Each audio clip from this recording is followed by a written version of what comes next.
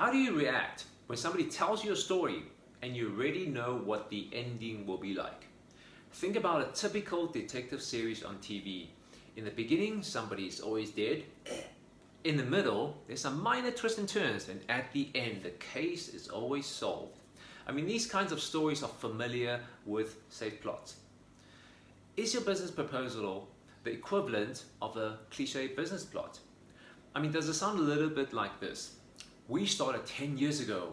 We are a team of qualified professionals with 10 years experience who are trusted industry leaders.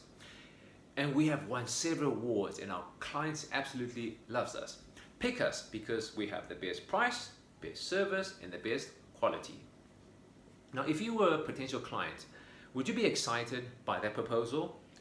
Would that want to make you buy into that product or service right now? In the previous video, we continued dissecting the S.T.O.R.Y acronym by looking at T, which stands for tangible. Now, if you missed that video, be sure to watch it. You can find it in the link in the description below or in my YouTube playlist, Putting Your Story to Work. Today, I'll explain the O, which stands for original. There's nothing more exciting than hearing a story that grabs your attention because the plot is unanticipated, unexpected, and original. The reason why it grabs your attention is because it fills your knowledge gap, and we need to keep on filling our potential customers' knowledge gap in order to make our business more enduring. So how do we create a hunger in people's minds so they want more? Well, enter the loan shark. In a small factory town, a baker owed a large sum of money to the loan shark. The loan shark was an old, wrinkly up, penny pinching old man like Mr. Burns in The Simpsons. Now, the loan shark fancied the baker's beautiful and classy daughter called Lily. Lily was in her 20s, so he decided to offer Baker a deal that will wipe out his debt. What does he want? He wants to marry Lily. Go figure. The loan shark then told the baker that he will place 2 pebbles in the bag, one white and one black. Lily will then have to reach into the bag and pick out a pebble. If the pebble was black, the debt will be wiped out, and then Mr. Burns will marry Lily. And if the pebble was white, the debt will also be wiped out, but then Lily wouldn't have to marry Mr. Burns. So standing on a pebble-scattered path in a baker's garden, Mr. Burns bent over and picked up the pebble. As he did, Lily noticed that he picked up 2 black ones and placed both of them into their bag. He then asked Lily to reach into the bag and pick one. So Lily had 3 choices.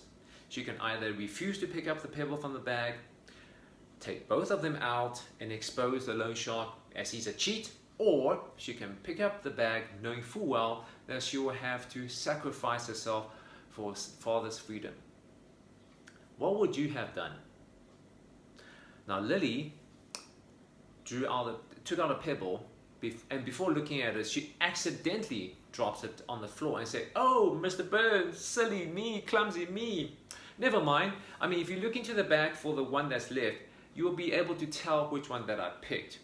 Then obviously the pebble left in the bag was black, and Mr. Burns didn't want to be exposed. He had to pretend the pebble that Lily picked was white, and that just cleared the father's debt. So how do we apply this story to original thinking? Now, you don't always need to give in to the only options you think you have to pick from. If you keep your eye on solving the burning problem, creativity will follow. Now look at your proposal and see how you can not make another cliché TV plot. Post your creative proposal in the comment section below, and I might just feature your company in a future video. Thanks for watching. I'm CharleshSuan, your storytelling sales coach. If you enjoyed this video, please click subscribe now, and see you in the next installment of Putting Your Story to Work. Till next time, ciao.